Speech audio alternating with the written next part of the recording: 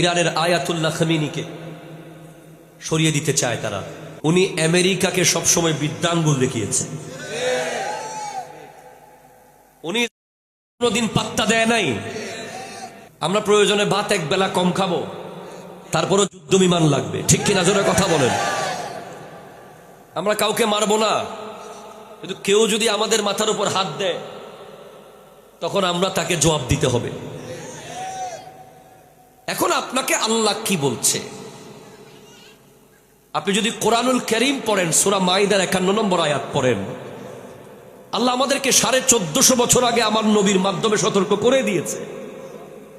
শুধু আমরা লেখাপড়া করি নাই, আমরা কোরআন শরীফ পড়ি নাই, আমরা টেন্স পড়েছি, আমরা প্রিপোজিশন পড়েছি, আমরা সেন্টেন্স পড়েছি, আমরা a+b² পড়েছি, আমরা ডিকশনারির পর ডিকশনারি মুখস্থ করেছি।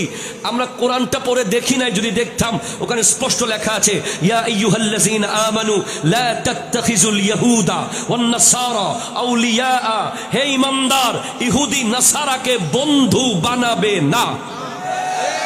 হাত তুলে বলেন ঠিক কিনা? আল্লাহ কেন বানাবো না?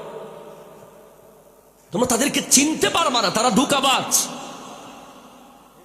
তারা তোমার তেলের জন্য ভালোবাসে তোমাকে,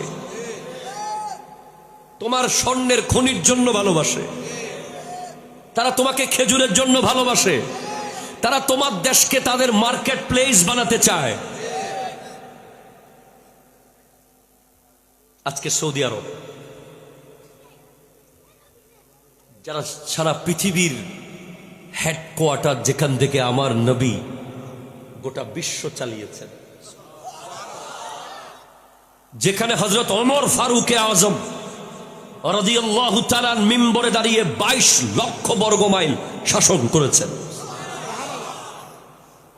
যে মিম্বর থেকে গর্জন দিয়েছেন হযরতে মাওলা আলী কাররামাল্লাহু তাআলা ওয়াজহুল কারীম, সেই সৌদি আরব আজকে দাসত্বকে গ্রহণ করে নিয়েছে। দুবাই, ওমান, কাতার, কুয়েত, সবগুলো দেশ দাসত্বের শৃঙ্খলে নিয়মিত আবদ্ধ হচ্ছে।